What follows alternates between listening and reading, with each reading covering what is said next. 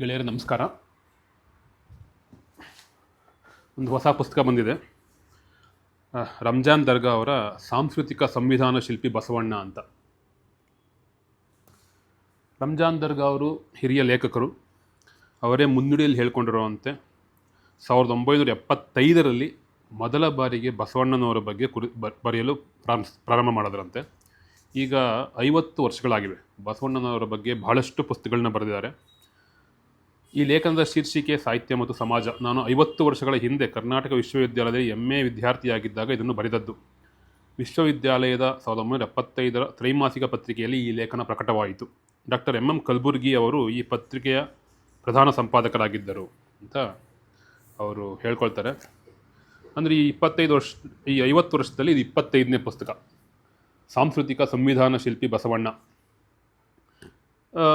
ಅದಲ್ಲದೆ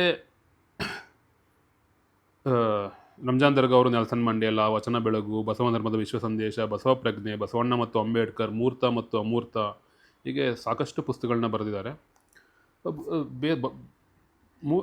ಮೂಲತಃ ಬೇಸಿಕಲಿ ಅವರು ಬಸವಣ್ಣ ಶರಣ ಚಳುವಳಿ ಬಗ್ಗೆ ವಿಶೇಷವಾಗಿ ಅಧ್ಯಯನ ಮಾಡಿ ಈ ಥರ ಜನಪ್ರಿಯವಾದ ಮತ್ತು ಜನರಿಗೆ ಸುಲಭವಾಗಿ ಓದಬಹುದಾದ ಪುಸ್ತಕಗಳನ್ನ ಬರಿತಾ ಹೋಗ್ತಾ ಇದ್ದಾರೆ. ಇದರಲ್ಲಿ ಸುಮಾರು ಒಂದು 22 ಚಾಪ್ಟರ್ಸ್ ಇದೆ.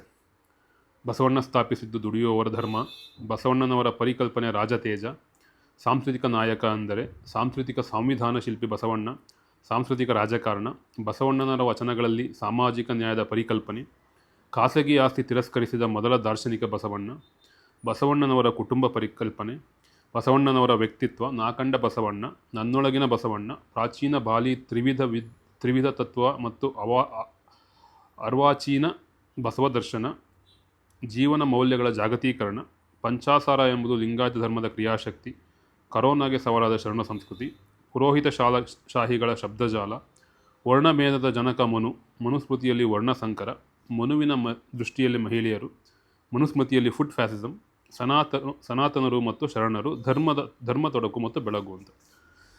ಅಂದರೆ ಈ ಪ್ರಪಂಚದಲ್ಲಿ ಒಂದು ಪ್ರಗತಿದಾಯಕವಾಗಿ ಏನೇನು ಬೆಳೆದು ಬಂದಿದೆಯೋ ಅದರ ಮೂಲಗಳನ್ನ ವಚನಗಳಲ್ಲಿ ಬಸವಣ್ಣನ ಪ್ರಣೀತ ಲಿಂಗಾಯತ ಧರ್ಮದಲ್ಲಿ ಕಾಣಬಹುದು ಅಂತ ಸುಮಾರು ಕಡೆ ಪ್ರತಿಪಾದಿಸ್ತಾ ಹೋಗ್ತಾರೆ ರಂಜಾನ್ ದರ್ಗಾದವರು, ನಾನು ಕಂಡಂತೆ.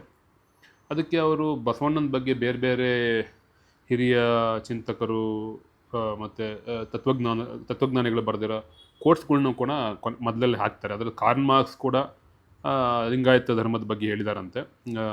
ನ್ಯೂಯಾರ್ಕ್ ಹೆರಾಲ್ಡ್ ಟ್ರಿಬ್ಯೂನ್ 1853 ಜೂನ್ 25ರಂದು ಬಂದ ಒಂದು ಆರ್ಟಿಕಲ್, ಕಾರ್ಲ್ ಮಾರ್ಕ್ಸ್ ಬರೆದ ಆರ್ಟಿಕಲಲ್ಲಿ ಲಿಂಗಾಯತ ಧರ್ಮದ ಬಗ್ಗೆ ಏನಿದೆ ಅಂತ ಅವರು 10ನೇ ಪೇಜಲ್ಲಿ ಒಂದು ಕೊಟೇಶನ್ಗಳು ಕೊಟ್ಟಿದ್ದಾರೆ, ಅಲ್ಲಿ ಹಾಕ್ಕೊಂಡಿದ್ದಾರೆ. Religion of the lingam, the cult of the god Shiva, particularly wide spread among the southern Indian sect of the Lingayat, from the word linga, the emblem of Shiva, a Hindu sect which does not recognise distinctions of caste and rejects fast sacrifices and pilgrimages ಅಂತ ಹೇಳ್ತಾರೆ. ಇದನ್ನು Karl marks ಬರೆದಿದ್ದಂತೆ Lingayat ಧರ್ಮದ ಬಗ್ಗೆ. ಹೀಗೆ ಇವತ್ತು ಈ ದೇಶದಲ್ಲಿ ಮನುಧರ್ಮವನ್ನು ಮರಳಿ ಸ್ಥಾಪಿಸೋಕ್ಕೆ ಪ್ರಯತ್ನ ಪಡ್ತಾ ಇರೋ ಈ ಸಂದರ್ಭದಲ್ಲಿ ಒಂದು ಬಲಪಂಥೀಯವಾದ ಕಾನ್ಸ್ಟಿಟ್ಯೂಷನ್ನ ವಿರೋಧಿಸಬೇಕು, ಕಾನ್ಸ್ಟಿಟ್ಯೂಷನ್ನ ಅಂದರೆ ನೇರವಾಗಿ ಅದರ ಪರೋಕ್ಷವಾಗಿ ಅದನ್ನು ಬೇರೆ ಬೇರೆ ರೀತಿಯಲ್ಲಿ ನಿಷ್ಕ್ರಿಯಗೊಳಿಸೋಕ್ಕೆ ಅಥವಾ ಎನ್ನುವುದು ಅದನ್ನು ಇರ್ರಿಲಿವೆಂಟ್ ಮಾಡೋಕ್ಕೆ ಪ್ರಯತ್ನ ಪಡ್ತಾ ಇರೋ ಸಂದರ್ಭದಲ್ಲಿ ಬಸವಣ್ಣನವರ ವಚನ ಸಂವಿಧಾನ ಅಥವಾ ವಚನಗಳು ಕಟ್ಟಿಕೊಟ್ಟ ಒಂದು ಆ ಸೂತ್ರಗಳು ನಿಜಕ್ಕೂ ನಮಗೆ ಕನ್ನಡಿ ಆಗವಲ್ಲವು, ಮತ್ತು ಸಂವಿಧಾನದ ತತ್ವಗಳನ್ನ ಅವು ಬೇರೆ ರೀತಿಯಲ್ಲಿ ಹೇಳ್ತವೆ ಅಂತ ಲೇಖಕರಾದ ರಂಜಾನ್ ದರ್ಗಾಗಳು ಪ್ರತಿಪಾದಿಸ್ತಾ ಇದ್ದಾರೆ. ಖಂಡಿತ ವಚನಗಳ ಬಗ್ಗೆ ತಿಳ್ಕೊಳ್ಳೋಕ್ಕೆ, ಬಸವಣ್ಣವ್ರ ಬಗ್ಗೆ ತಿಳ್ಕೊಳ್ಳೋಕ್ಕೆ, ಮತ್ತು ಶರಣ ಸಂಸ್ಕೃತಿ ಮತ್ತು ಶರಣ ಚಳುವಳಿಯ ಬಗ್ಗೆ ತಿಳ್ಕೊಳ್ಳೋಕ್ಕೆ ಒಂದು ಪ್ರಾಥಮಿಕವಾದ, ಬಹುತೇಕ ಎಲ್ಲರೂ ಸುಲಭವಾಗಿ ಓದಬಹುದಾದ ಪುಸ್ತಕ ಇದು. ಇತ್ತೀಚೆಗಷ್ಟೇ ಪ್ರಕಟವಾಗಿದೆ. 220 ರೂಪಾಯಿ. ನಿಮಗೆ ಬೇಕಿದ್ದರೆ ಕಮೆಂಟ್ ಬಾಕ್ಸಲ್ಲಿ ಕೇಳಿ, ಅಥವಾ ನೀವು ಆಕೃತಿ ಬಸವನಗುಡಿ ಪುಸ್ತಕ ಮಳಿಗೆಗೆ ಬಂದು ಕೂಡ ಕೊಂಡ್ಕೋಬೋದು. ಧನ್ಯವಾದಗಳು.